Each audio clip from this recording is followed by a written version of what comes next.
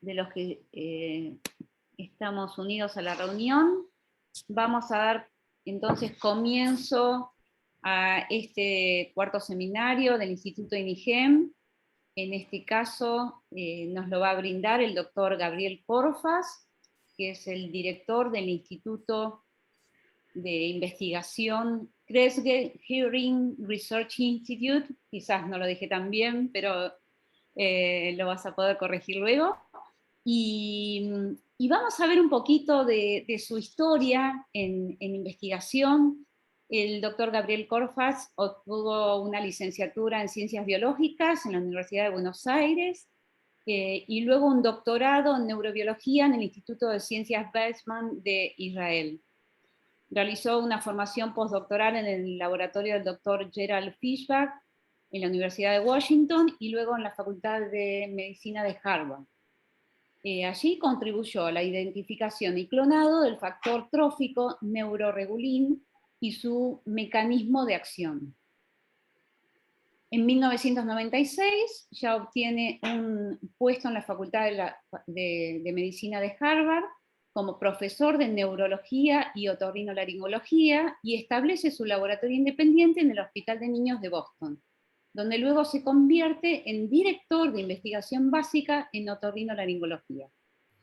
Desde 2014, el doctor Corfas es director del Instituto de Investigación Auditiva de Kresge y presidente asociado de investigación del Departamento de Otorrinolaringología y Cirugía de Cabeza y Cuello de la Universidad de Michigan en Ann Arbor. La verdad que fue un placer cuando empecé a recorrer el extenso acervo científico. Es autor de más de 100 publicaciones en revistas como Nature, Science, PNAS, un altísimo índice de impacto, y las publicaciones han sido citadas más de 14.000 veces, realmente impactante. Ha recibido una serie de honores y premios, incluida la beca Klingenstein en neurociencias, una beca de investigación Alfred Sloan, un premio de la Fundación también Klingenstein y el premio investigador joven independiente de NARSAT, que es muy importante también en neurología. Además de ser elegido secretario y tesorero de la Asociación para la Investigación en Otorrinolaringología. Entré un poquito en detalle. El laboratorio está interesado en comprender los roles de interacciones entre las neuronas y la glía, tanto en el desarrollo, en la función y en el mantenimiento del sistema nervioso. Y también en definir cuáles son las señales que orquestan estas interacciones. Es así como encontraron moléculas que servirían para regenerar sinapsis de las células ciliadas cuando han sido expuestas al ruido, por ejemplo, y esto podría servir para llegar a recuperar la audición. Entonces supongo que nos va a comentar algunos de estos hallazgos y cómo estas estrategias nos van a permitir solucionar algunas pérdidas de audición o trastornos vestibulares. Entonces le damos la presentación a este nuevo seminario, que se llama Mecanismos y roles de la plasticidad de la mielina dependiente de la experiencia. El doctor Corfas nos dijo que si bien siempre hacemos las preguntas al final, como en todos los seminarios, si hay algún tema que a ustedes les parece que es necesario aclarar o entrar un poquito más en detalle, le pueden hacer alguna pregunta durante el seminario, pero en general si no las tratamos de dejar para el final. Así que bueno, muchísimas gracias Gabriel, y te damos la palabra. Muchas gracias, un placer estar en Buenos Aires, por lo menos en la pantalla. Ya llegará el momento que vaya a visitar de vuelta. A ver cómo hago para que me funcione esto. Interesante. A ver, por esto de que estoy... Moviendo el mouse a veces aparece... Ahí está, ahora anduvo. Bueno, el título ya lo escucharon. Debo confesar que hace mucho que no doy charlas en castellano, así que en algún momento me va a patinar, y disculpen el patinaje, o la patinación, como diría. Yo soy un neurocientífico, y si bien mi laboratorio trabaja en el oído, también trabajamos en varios otros lugares, y como Gloria dijo, uno de los principales intereses que tenemos es entender las interacciones entre la neurona y la glía. como todos saben, y yo sé que ustedes no son neurocientíficos, pero estoy seguro que ustedes saben que el cerebro tiene las neuronas, estas células tan especiales que transmiten toda la información y nos dan la memoria, el aprendizaje, el comportamiento, el dolor, todas estas cosas. Pero esta película muestra las neuronas, ¿sí? Pero esta película le falta algo, ¿sí? Porque las neuronas no están en el aire conectadas como si fuesen cables de la calle, ¿no? Las neuronas, todo ese lugar que queda entre las neuronas está lleno de otras células, incluso que son más numerosas que las neuronas en algunos casos.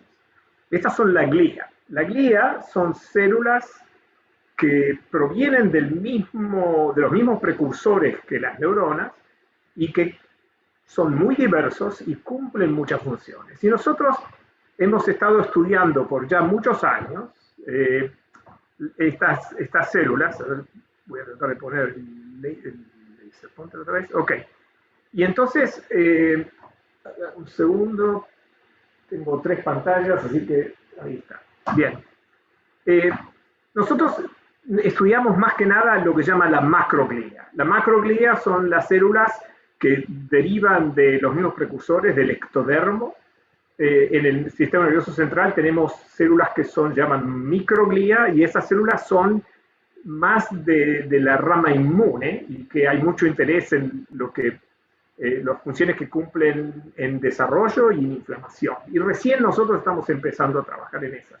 Pero más que nada nos hemos dedicado a células como los oligodendrocitos y las Schwann cells, las células de Schwann, que producen la mielina en el sistema periférico y en el sistema central, la glía radial, que de verdad son los precursores neuronales que dan fuente a todo el cerebro, los astrocitos, que cumplen muchas funciones, incluso producen la barrera entre el cerebro y el sistema circulatorio, y también rodean a la sinapsis y regulan la función de la sinapsis.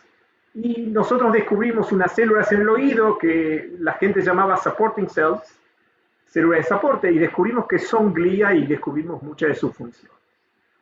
Y en general lo que tratamos de entender es cómo las neuronas y la glía se comunican, y sabemos ahora, con nuestro trabajo, el trabajo de mucha otra gente, que la comunicación es bidireccional. La glía hace cosas para las neuronas hacen cosas para la glía, y nosotros, a través de generar ratones mutantes en donde tratamos de eliminar algunos de estos signaling pathways que son críticos para esta interacción, vemos lo que pasa en los ratones. Ahora, antes de ir en la historia específica que les iba a contar hoy, también es importante hablar un poquito de uno de estos mecanismos de señalación entre neuronas y glía, que es el factor trófico neurregulina y los receptores tirosina quinasa para estos factores tróficos, que son de la familia del receptor de factor crecimiento epitelial o EGF receptor. Neurregulina se expresa en muchas neuronas y como una proteína transmembranal, y hay muchas diferentes isoformas por splicing alternativo, y hay varios genes. Está neurregulina 1, que fue el que descubrimos temprano cuando yo era postdoc, y después hay otros 3 genes que todavía se sabe mucho menos de ellos. Estos son factores tróficos de la familia del EGF, y por lo tanto interaccionan con miembros de la familia del EGF receptor. El EGF receptor, que también se llama ERB1, no recibe señalación de la neurulina, pero neurulina funciona a través del ERB2, ERB3 y ERB4. Estos son 3 receptores de tirosina quinasa. El ERB2 no es capaz de ser activado directamente por un ligando. tiene que hacer heterodimerización con el 3 o el 4 para funcionar. Por otra parte, el 3 tiene muy poca capacidad catalítica de fosforilación, así que necesita también heterodimerizarse con 2 o 4. El único en general que funciona como receptor solo muy bien es el herbivoro. Entonces, como les decía, neuroglina es producido por muchas neuronas y todas las macroglías que les mostré antes, todas tienen receptores para la neuroglina, sea 2 y 3, como las Schwann cells, en algunos casos 2, 3 y 4 o 3 y 4, diferente. Y siempre que se toma una glía y se la pone en cultivo, si uno le pone neuroglina, algo cambia en las células por la semenización. Ahora, ¿cómo estudiamos estos receptores y las moléculas en vivo? Una es, tenemos ratones con knockout de neuroglina 1, y también ahora vamos a tener ratones en los que podemos sobreexpresar neuroglina 1 en las células que queremos, en el momento que queremos, usando tamoxifeno. Por otra parte, para los receptores es un poco más complicado. Como les dije, que neuroglina puede funcionar con estos 3 receptores, y si una célula tiene cualquiera de estos 3, varios de estos receptores, uno tiene que básicamente hacer knockout de más de uno, lo que hace difícil. Nosotros tenemos 2 estrategias que usamos. Una es, en las células que expresan los 3, lo que hacemos es ponemos, o 2 de ellos a veces también, ponemos un receptor dominante negativo, es un mutante de RB4 en el que le sacamos la quinasa, el dominio intracelular, y entonces cuando se dimeriza con los otros, produce dímeros que no funcionan. Y si no, lo que hacemos también es, en algunos casos donde las células expresan solamente 2 y 3, si sacamos el 3, no hay señalación. Ahora, la pregunta que hoy les quería contar, los estudios que quería contarles es con respecto a las interacciones entre neurona y oligoneurocitos en el sistema nervioso central. Y la pregunta central es cómo cambia el cerebro basado en la experiencia. En general, los neurocientíficos nos enfocamos en las neuronas. Entonces, la idea más común, la gente cuando piensa en cómo funciona el aprendizaje o el cambio, bueno o malo, en la estructura y la función del sistema nervioso, es neurocéntrico. Entonces, la filosofía es que la experiencia cambia la actividad de las neuronas. Eso, a través de calcio o otras señales, cambia la expresión génica, que lleva a que haya cambios en la citoarquitectura de las células y la conectividad, y eso termina cambiando el comportamiento. Un ejemplo clásico para esto es lo que descubrieron Hubel y Wiesel hace más de 50 años, que es la formación de las columnas del sistema visual, ¿sí? Ocular Dominance Columns. Lo que ellos encontraron es que los ojos, ¿sí? Que se proyectan más que nada a la corteza visual del otro lado del cerebro, cada uno de los ojos tiene una proyección hacia el ipsilateral y el contralateral. Y cuando los ojos funcionan bien y uno mira las proyecciones del ojo izquierdo y del ojo derecho en la corteza visual, lo que ve es que, por ejemplo, hay líneas, ¿sí? Como, no me acuerdo cómo se dice, stripes, franjas donde en este caso el ojo derecho es blanco, el ojo izquierdo es negro, el ojo derecho es blanco, el ojo izquierdo es negro. Y esto es muy crítico para la capacidad de ver visión binocular. Lo que ellos descubrieron es que si uno tapa un ojo durante la época temprana, cuando los ojos se abren y empiezan a ver, el ojo que quedó abierto completamente domina la corteza visual, y básicamente el ojo que no tuvo experiencia no puede llevar información desde el ojo a la corteza. Eso fue un cambio notable que llevó a la neurociencia a un nivel de entender cómo la experiencia cambia el cerebro. Y por supuesto hubo muchos estudios que estudiaban las diferentes moléculas, como factores tróficos como BDNF, neurotransmisores, neuromoduladores, quinasas, plasminogeno, y después empezar a mirar la actividad de las células, la motilidad. Y acá un colega mío de Boston pone acá la mielina al final. Básicamente todo esto digamos, hay muchos, infinitos estudios donde tratan de entender qué pasa. Pero una pregunta que no se había preguntado mucho, y nosotros nos hicimos fue, ¿qué pasa con la mielina? Y ya a esa altura había algunos estudios que sugerían que la experiencia puede estar cambiando en la mielina. Un artículo muy interesante que se publicó en Nature Neuroscience en el 2005 mostró que practicar piano cambia la mielina a nivel en el humano, según se ve usando MRI estructural, que hay un cambio. Cuanto más los chicos practican, el tamaño de esta parte del cuerpo calloso es mayor. Eso sugería que experiencia y entrenamiento puede cambiar la estructura de la mielina en algunas partes del cerebro. Hay otro ejemplo que es lo contrario, que es el caso de el efecto de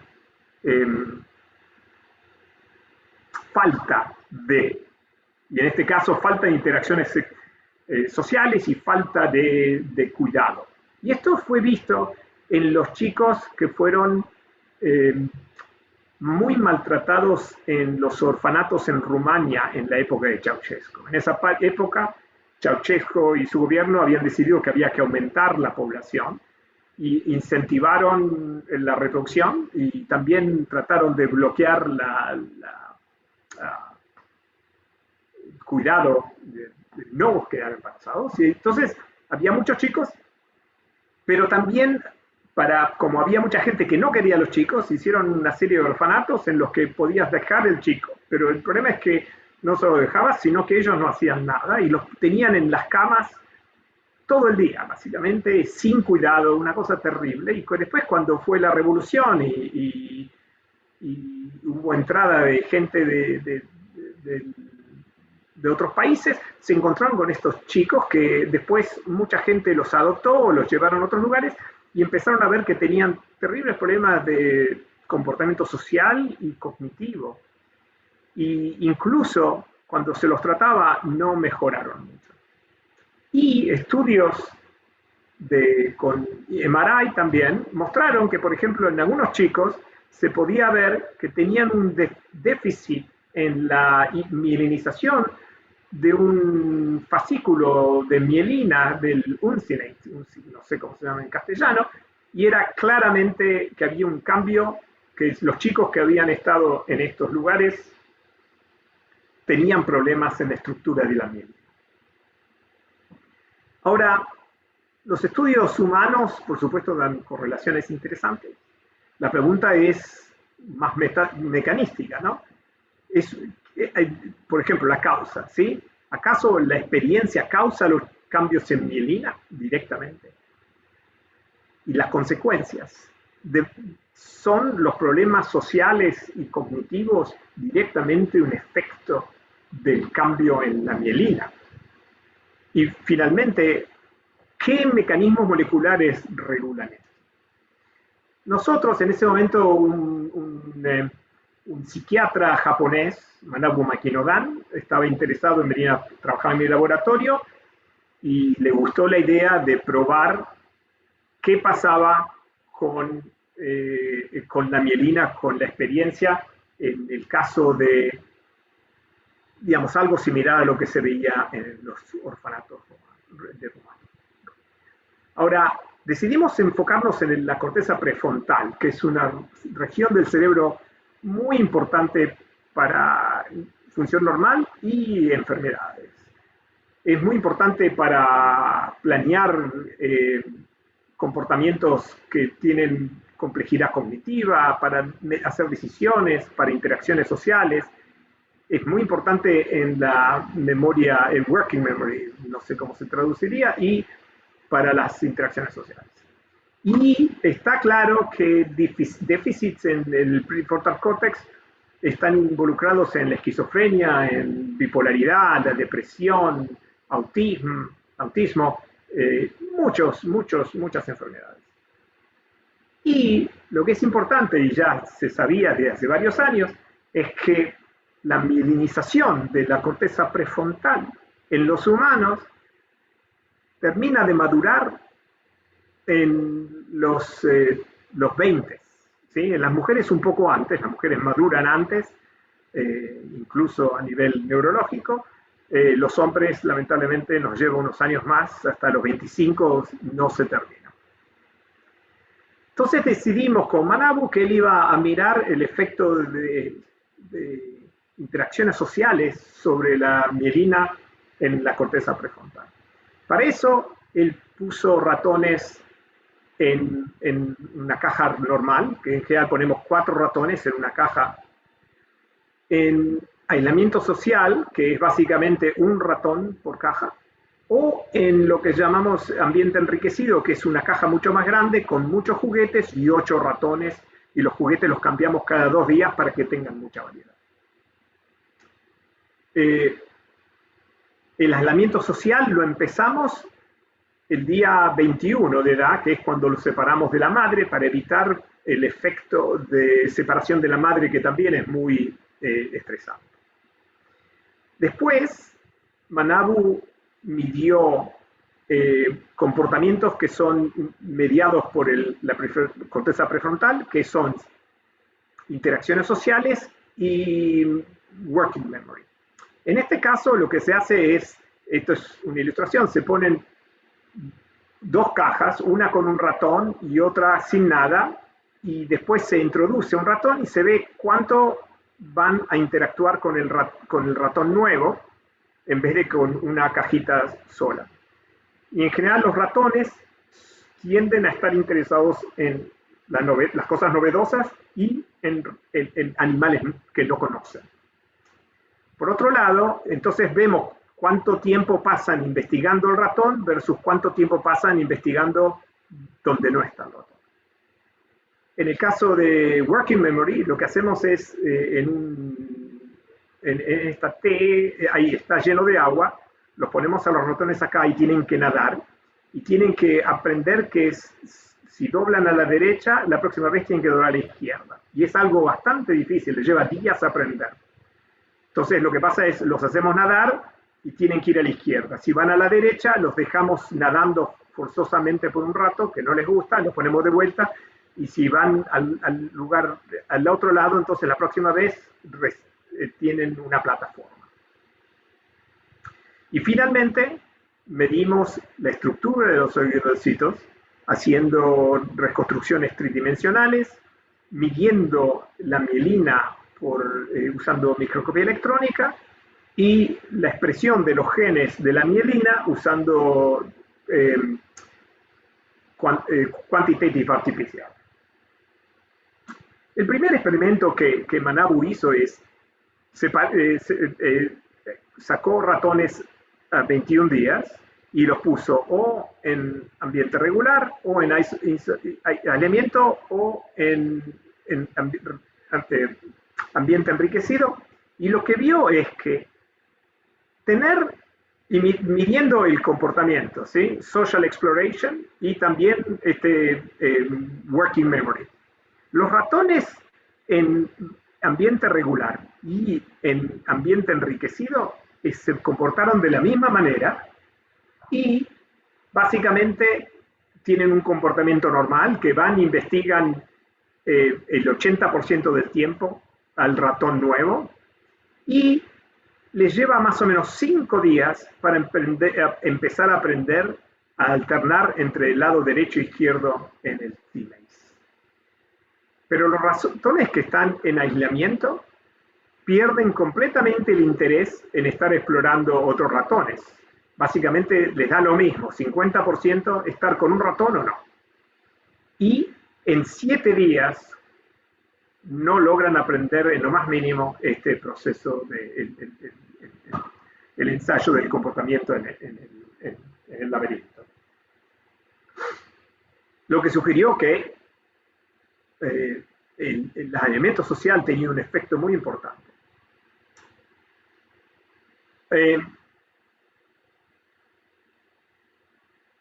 Entonces después miró los oligodendrocitos y lo que vio es que el número de oligodendrocitos que estaban en la corteza prefrontal era normal, pero tenían mucho menos procesos en los animales aislados, tenían muchas menos bifurcaciones que producen las ramas, las ramas eran menos complejas y tenían menos porciones de mielina generada por célula, sugiriendo que había una hipomielinización muy significativa en la corteza prefrontal.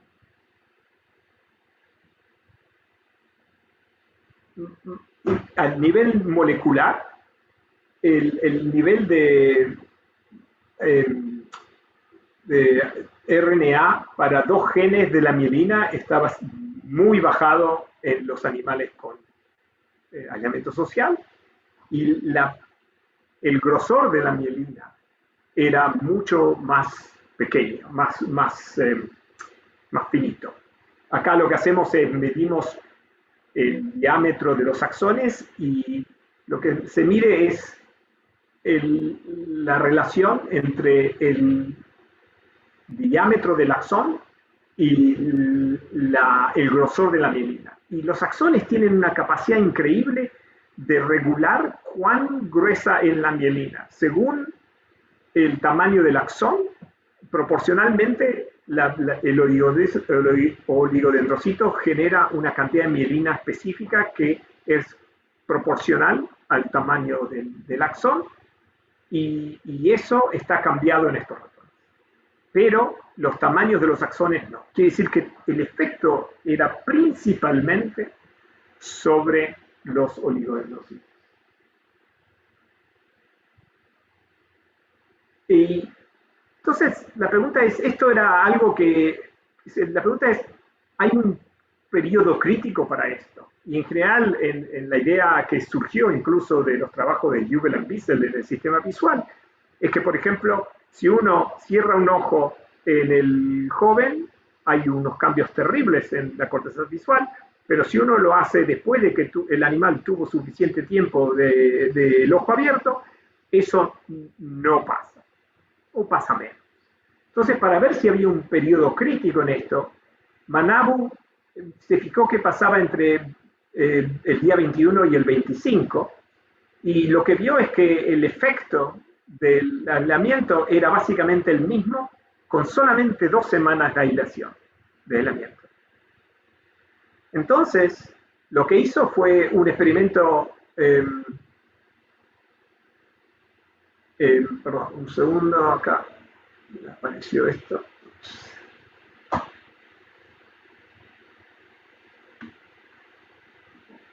Ahí está.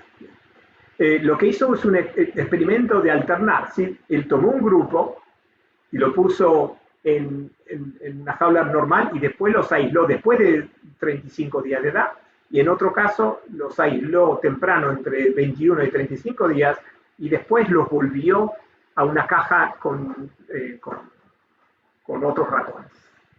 Y lo que vio es que el aislamiento social en este momento y después vuelta genera un cambio en el comportamiento y en la mielina que persiste aunque se vuelva a un sistema socializado, y lo mismo, tanto en el comportamiento, la morfología de los oligodendrocitos, todo era lo mismo.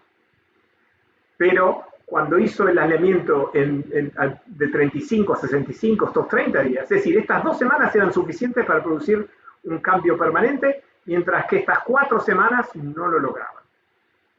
Entonces, esto sugirió que hay un periodo crítico en el que la falta de experiencia social cambia el proceso de mielinización de la corteza prefrontal. Entonces, basado en esto, estaba claro que el ambiente social cambia la maduración y nos hizo pensar que esto seguramente afecta la función de la corteza prefrontal. La pregunta es ¿qué? Y nos enfocamos en neurregulina y ERB3. ¿Por qué? Nosotros ya sabíamos que cuando hay falta de neurregulina o pérdida de expresión, pérdida de función de los receptores de ERB en los oligodendrocitos, hay hipomelinización.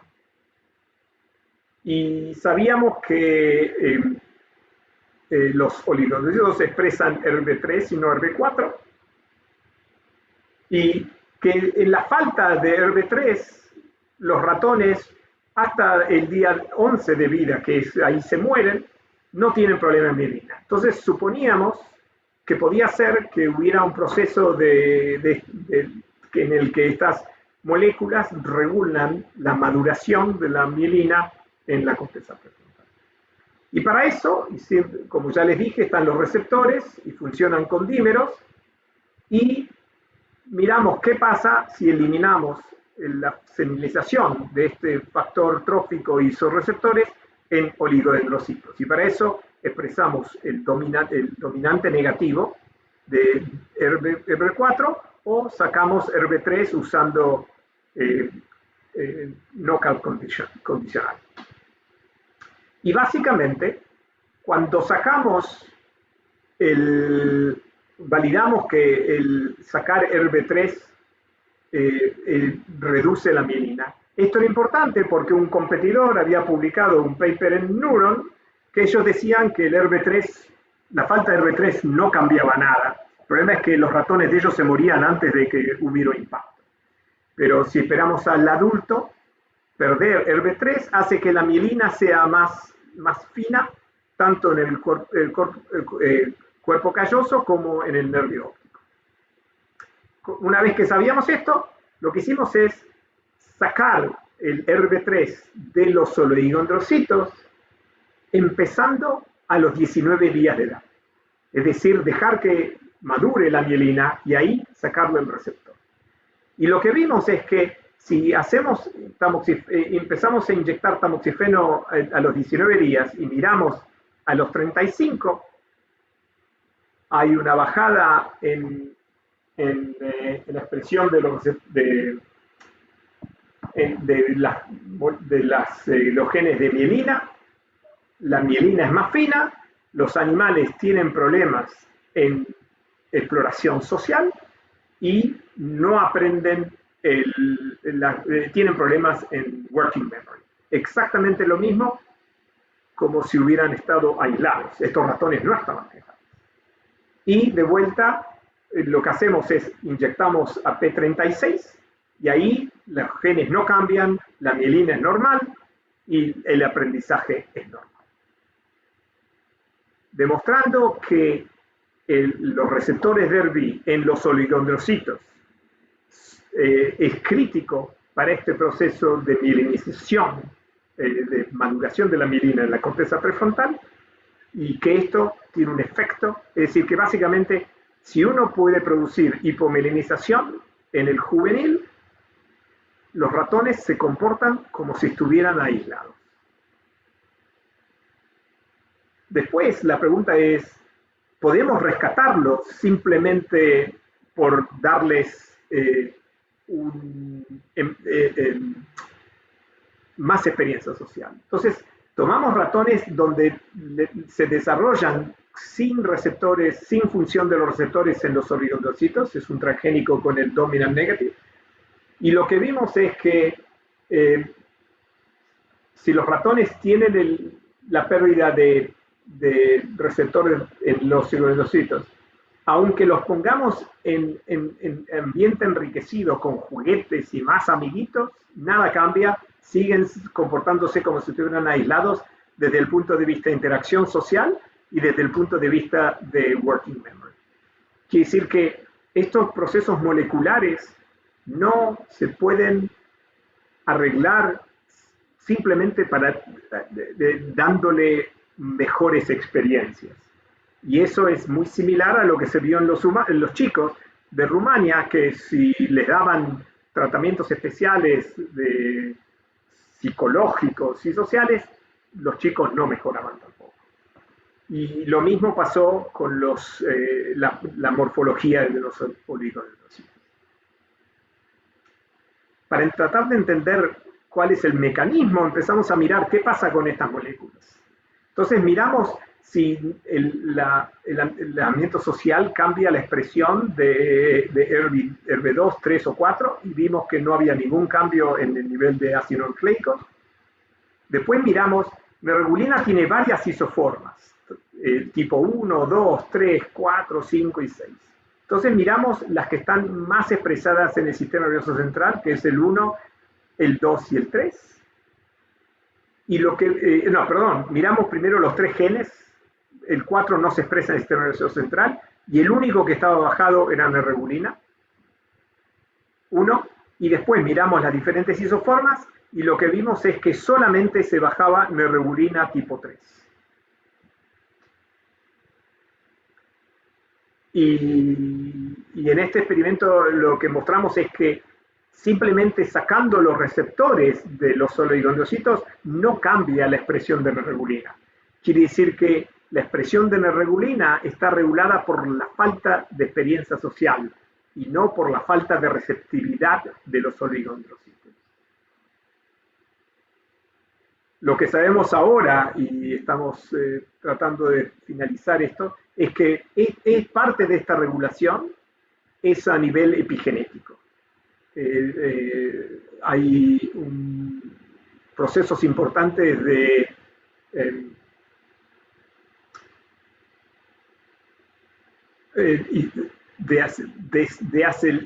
acetilación de las histonas, que son muy importantes en este impacto del aislamiento social sobre la expresión de la neregulina.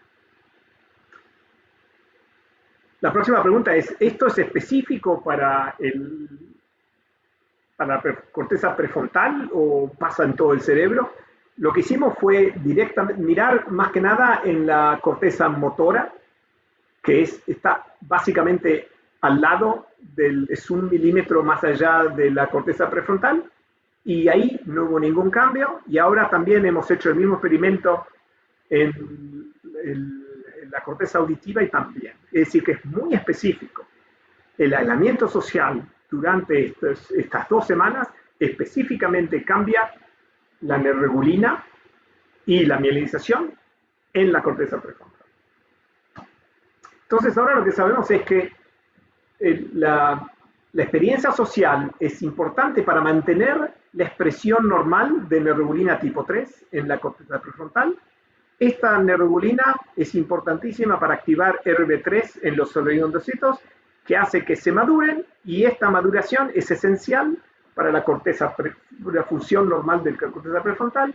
Y si sacamos la experiencia social o de alguna manera interferimos con la expresión de neregulina o con ERB, falla la maduración y hay problemas en la corteza prefrontal, en la función. Con esto aprendimos varias cosas. Hasta este momento la gente pensaba que la maduración de la mielina era un proceso predeterminado molecularmente, regulado simplemente por factores de transcripción, factores tróficos. Y acá pudimos presentar la primera evidencia de la plasticidad de la mielina, experience dependent, que creó todo un nuevo campo que está muy en boga.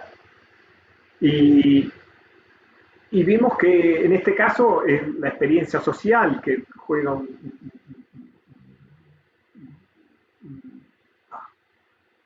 rol muy importante. Y es que existe un periodo crítico.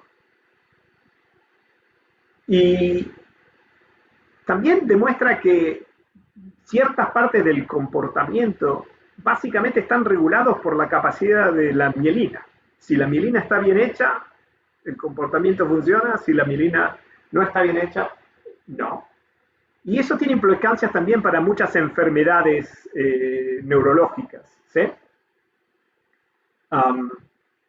Por ejemplo, en esclerosis múltiple, los enfermos pueden tener problemas cognitivos, depende de dónde la mielina se da. Y después, en ese momento era una pregunta importante porque había un colega que decía que no, pero nosotros pudimos demostrar que ERB3 es muy importante para la maduración de oligodendrocitos.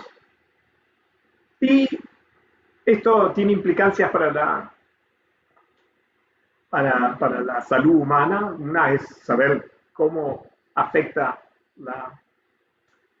el aislamiento social, el cerebro, y también para otras enfermedades que tienen implicancias en la mente. Después de que hicimos esto, otros colegas publicaron artículos similares. Esto es una colega, Patricia Casacha. Ellos aislaron animales adultos por mucho más tiempo y ahí hay una degradación de la mielina. Quiere decir que aislamiento social en el adulto también puede llegar a tener similares efectos, y esto es importante para gente que va a la cárcel y está aislados completamente por años, por ejemplo, o otro tipo de situaciones. También un trabajo de una colega mía de Harvard que hizo muy interesante.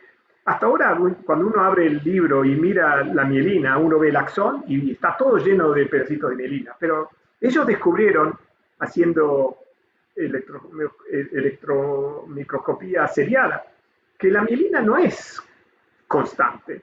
En algunas neuronas está todo mielinizado, en otras hay un pedazo de mielina, no mielina, sí mielina. Entonces esto da la posibilidad de que sacando y agregando pedazos de mielina uno puede cambiar la velocidad de transmisión en los axones, y en una parte de la manera en que el comportamiento y la función del sistema nervioso puede estar cambiando en el adulto es a través de cambios en la mielinización de neuronas específicas. Y también acá Michelle lo que hizo fue con optogenética mostrar que si uno activa un axón específico, la mielina cambia. Si uno lo activa más, la mielina se puede hacer más gruesa, y si lo activa menos, la mielina puede ser más fina. Y hay otros estudios que sugieren que durante el proceso de aprendizaje, nuevos oligodendrocitos pueden generarse para mielinizar nuevamente algunos lugares y generar aprendizaje permanente. Y que si uno elimina la capacidad de generar nuevos oligodendrocitos, puede haber defectos en el aprendizaje. Y como dije, esto puede tener muchas implicaciones para muchas enfermedades. Ahora, en este estudio era muy interesante y se publicó en Science, que no está mal, pero no sabíamos qué pasa a nivel fisiológico, por qué la hipomerización cambia las neuronas. Y por fin pude convencer a un colega que nos ayude, y él es un experto en la corteza auditoria, entonces empezamos a estudiar la corteza auditiva. Ahí pudimos ver que falta mielina, acá con inmunofluorescencia, con Western blot y con RNA, ¿sí? Y básicamente en los ratones donde tenemos pérdida de receptores de oligodendrocitos, receptores de ERB en los oligodendrocitos, y hay hipomerización, también ocurre en la corteza auditiva, y le mandamos los ratones a Patrick Cannon, que ahora está en Hopkins, y él usó un sistema que mapea la conectividad neuronal usando Scanning Laser Photostimulation y Cage Glutamate.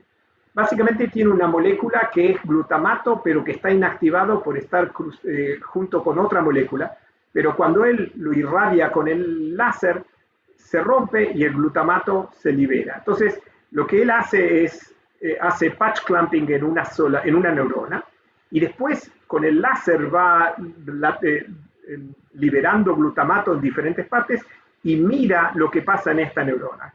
Si esta neurona acá está conectada con esta, cuando él libera glutamato acá, esta dice, ups, escuché algo. Y si lo tiene a menos 70 milivoltios, puede registrar conexiones excitatorias, y si lo pone a 0 milivoltios, registra conexiones inhibitorias. Entonces él tomó nuestros ratones y los midió, y lo que vio es que en general simplemente los mutantes tienen, la sensitividad es la misma, no hay problema.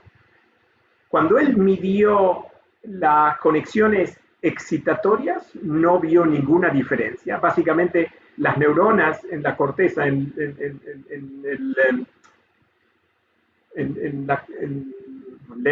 el layer 2-3, la conectividad no está alterada.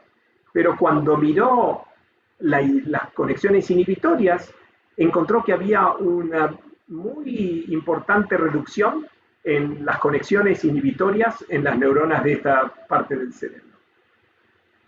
Y son detalles de lo que es, porque digamos, no es tan importante los detalles, pero básicamente, si le sacamos los receptores de ERB a los oligodendrocitos, las neuronas en la corteza pierden en conexiones inhibitorias. Eso hace que haya un cambio en el balance inhibitorio excitatorio en el cerebro, que hay menos inhibición y más excitación. Que eso es algo muy importante desde el punto de vista de salud mental, epilepsia y muchas otras cosas. Estos ratones no tienen, es bastante mínimo el cambio, no tienen epilepsia, pero ahora vamos a ver si tienen si tienen más sensitividad a tener epilepsia. Entonces tratamos de entender qué es lo que había cambiado, y lo que vimos es que a nivel del RNA no había ninguna diferencia en la expresión de moléculas de sinapsis excitatorias e inhibitorias. Pero cuando miramos hay varios diferentes tipos de neuronas inhibitorias, unas que expresan parvalbumin, otras que expresan BIP y otras somatostatina. Vimos que había una reducción en la expresión del RNA de parvalbumina, y después las teñimos con anticuerpos y vimos que había una reducción en la cantidad de neuronas inhibitorias de este tipo, de parvalbumin. Y cuando miramos, faltaban tanto el número de neuronas como los axones que llevan la parvalbumina.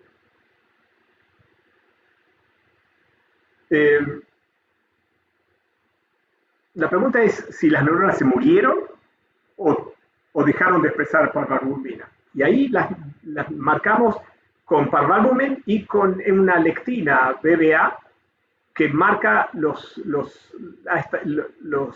cuerpos de estas células, y lo que vimos es que hay una disminución en la parvalbumina, pero no en el BBA. Quiere decir que las neuronas están ahí, pero dejaron de expresar parvalbumina, y sabemos que la parvalbumina es sensible a la actividad. Cuando la neurona está activa, expresa parvalbumina, y cuando no, la deja de expresar.